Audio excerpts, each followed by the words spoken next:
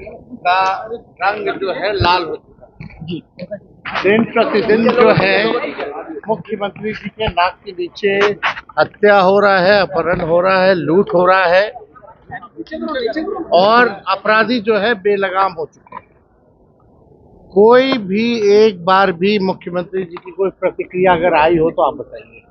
राजधानी पटना में दिन दहाड़े 2 लोगों की हत्या कर दी गई और हत्या के बाद लगातार सरकार को कटघरे में विपक्ष के द्वारा खड़ा किया जा रहा है।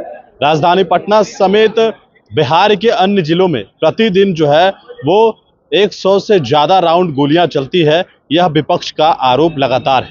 बता दें कि जो पटना में गोली चली है उसको लेकर तेजस्वी यादव ने सीधे तौर पर सरकार को कटघरे में खड़ा किया है, लेकिन सत्ता पक्ष से सवाल पूछे जाने पर लगातार वही 20 साल पुरानी बात लालू प्रसाद यादव के शासनकाल की बात होती है।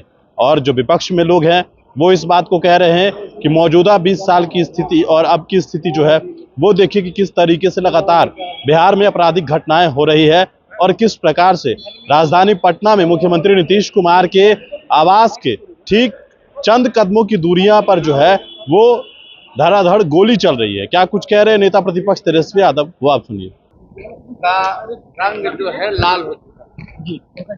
दिन प्रतिदिन जो है मुख्यमंत्री जी के नाक के नीचे हत्या हो रहा है, अपहरण हो रहा है, लूट हो रहा है और अपराधी जो है बेलगाम हो चुके हैं।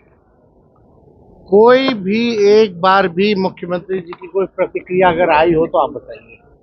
इतने बड़े बड़े घटनाएं हो रहे हैं, एक शब्द भी मुख्यमंत्री बोलने को तैयार नहीं है।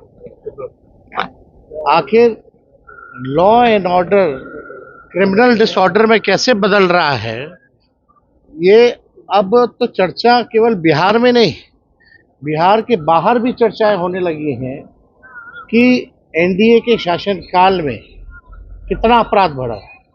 और ये केवल चर्चा ही नहीं बल्कि अगर आंकड़े आप लोग देखें, एनसीआरबी का आंकड़ा देखें तो 2005 के बाद से लगातार अपराध जो है बढ़ रहा है और पुलिस जो है केवल वसूली में लगी हुई है, आम जनता को परेशान करने में लगी हुई है, गरीबों को पीटने में लगी हुई है, थाने में मारने में लगी हुई है, लेकिन अपराधी को छूने की हिम्मत नहीं है पुलिस में।